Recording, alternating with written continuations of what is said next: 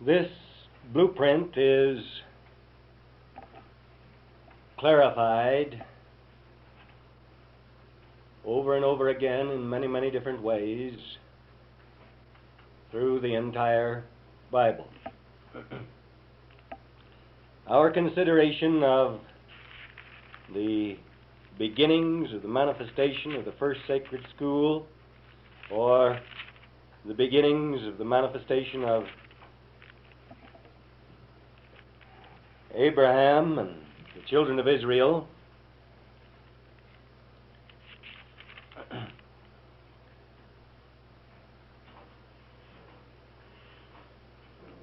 provide us an opportunity to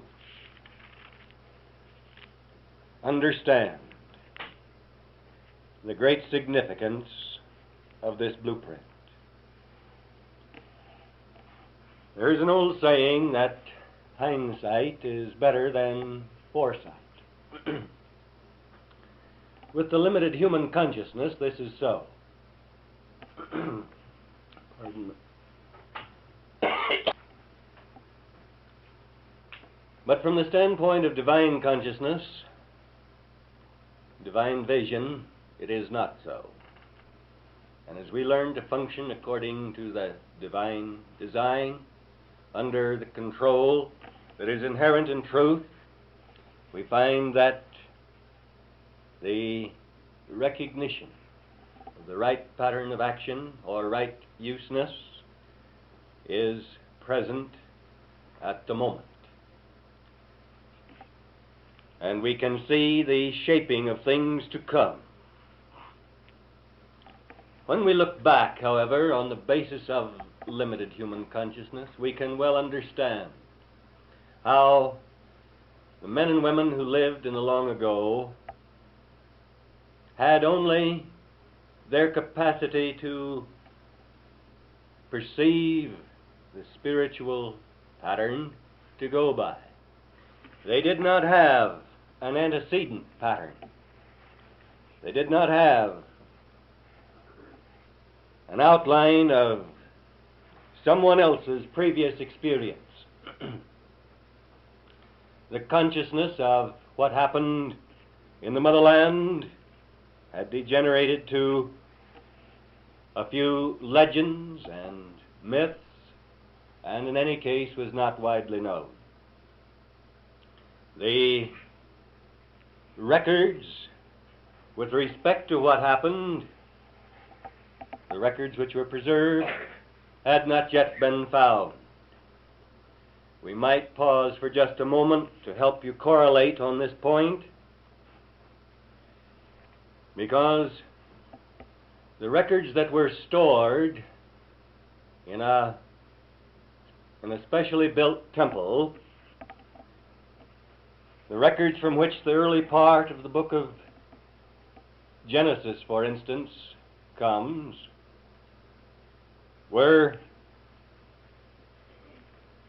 placed in safekeeping by certain of the Neocal sages prior to the submersion of Atlantis, so that there would be a connecting link in outer form for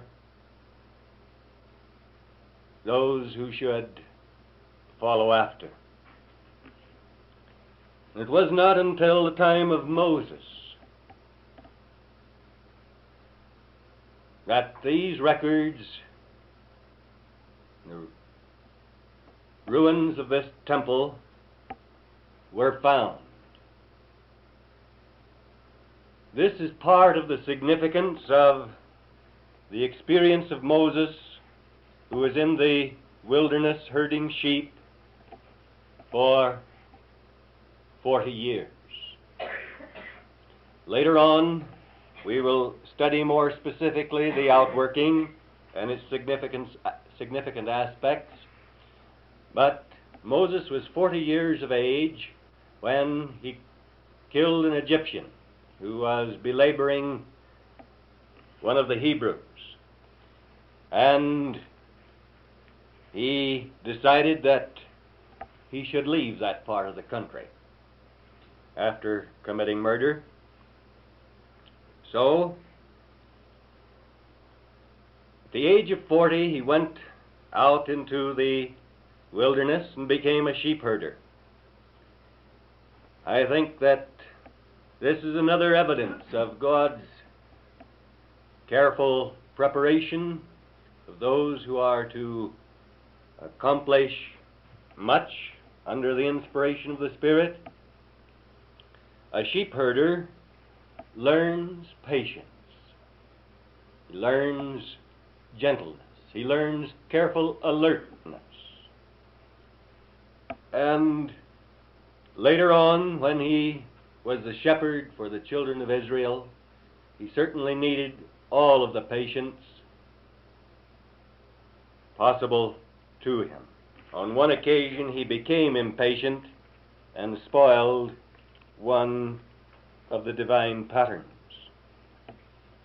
But he needed patience. He needed to learn to protectively care for the flock. And so for 40 years he practiced on sheep before God turned the children of Israel over to his care. Now, it is not anticipated that you will have to be in training and under practice for 80 years before you begin your ministry. We recognize that Moses was a very well-educated man. He had attended the finest schools and universities in Egypt, and they had a real educational program, very remarkable in many ways. He had lived in the court of the Pharaoh. He had functioned as one of the princes of Egypt and had had every worldly advantage. He had a fine mind. He had a knowledge of languages. He was an educated man. And so, that first 40 years of his training was very essential. And then came the second 40 years of training. As a sheep herder, yes, but more than that, as he wandered with his sheep, seeking the best pasture land for them, it was not far from Mount Horeb, where he found the ruins of an old temple. And it was a place where he could keep his sheep a good deal of the time. There was water and pasture land. And so he began excavating as opportunity afforded in this old temple. He began uncovering the whatever might be found there, and he discovered some records. Some of the records had been damaged and could not be deciphered. But the records that had been left there so long ago, under the care of the Neophil sages, were found by Moses. And the specific means by which he was enabled to find them was through his function as a sheep herder. The information we have with respect to the creation of the world, for instance, the story of the early outworking of the world as it appears in the Bible came from those records. Likewise, the story of Job. The book of Job was in these records in the temple and was translated by Moses and made available to us. Many of the poems which later became psalms, many of them attributed to David, were among those records which Moses found and translated and made available. David did round them out perhaps a little in some instances. He did set them to music. He did make them popular with his singing, etc. But the Psalms, broadly speaking, did not originate with David as is supposed, but rather they came through Moses' work of excavation and discovery and translation. Likewise, the material which comes down to us as the Song of Solomon, it was by Solomon rounded out, given form from the ancient records which Moses had established, Moses' early translation.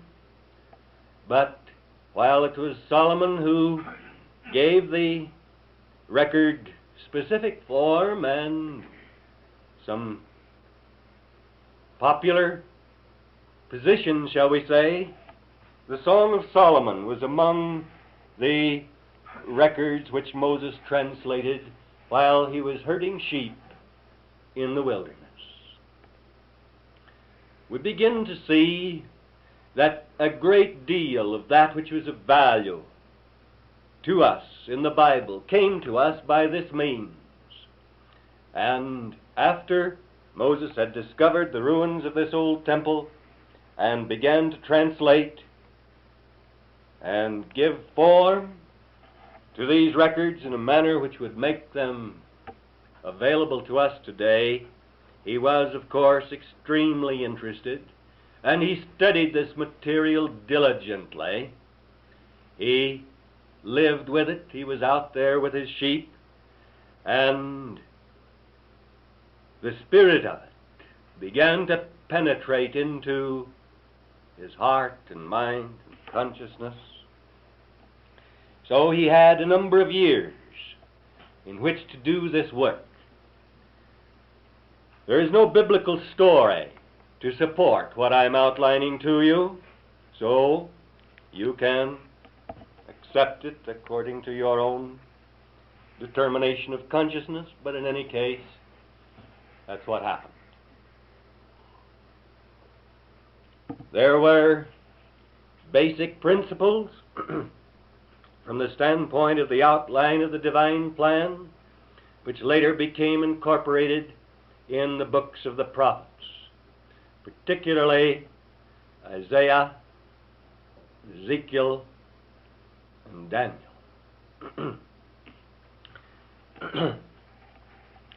So the very foundation of our Bible, recognition of God's laws and principles, and their patterns of operation, were made available to us from these records by reason of Moses' discovery and his ability to translate them.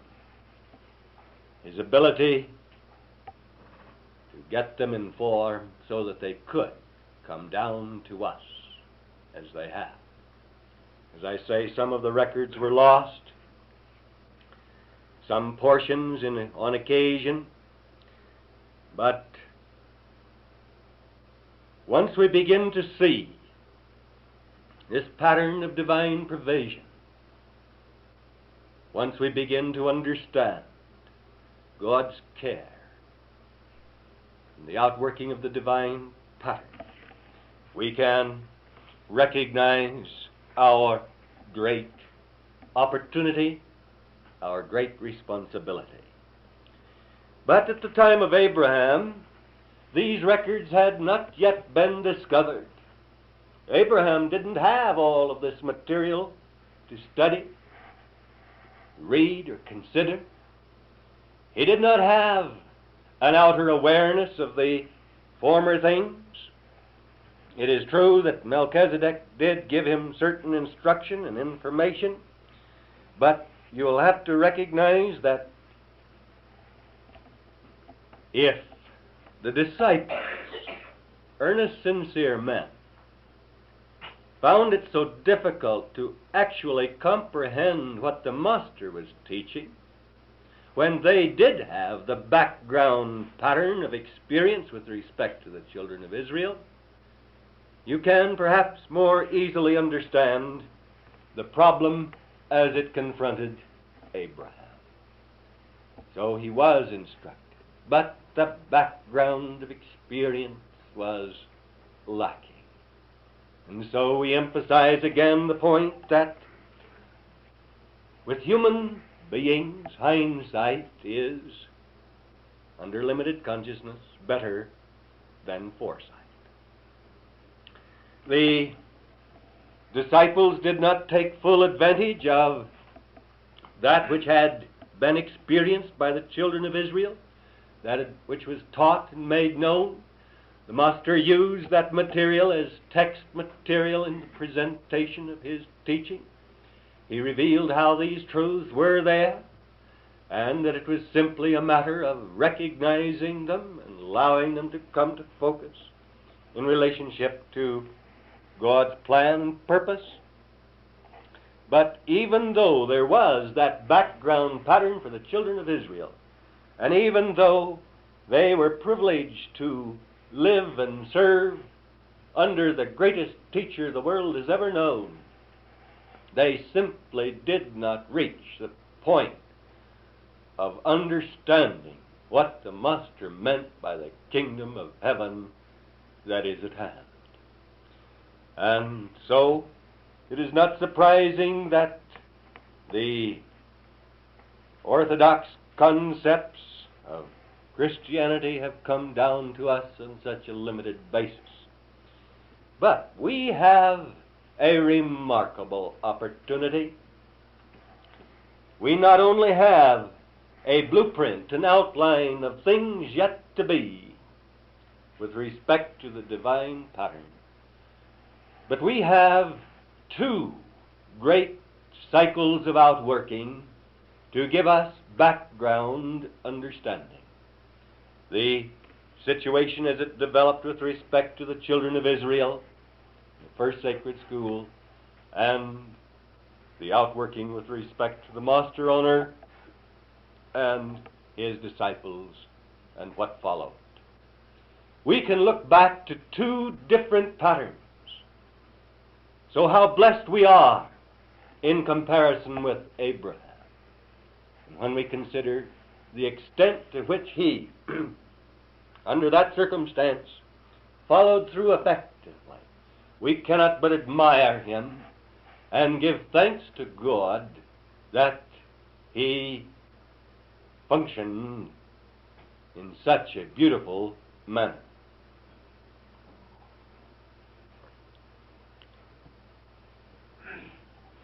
We can then see perhaps more clearly what I mean when I say that we have a greater opportunity today, a greater privilege,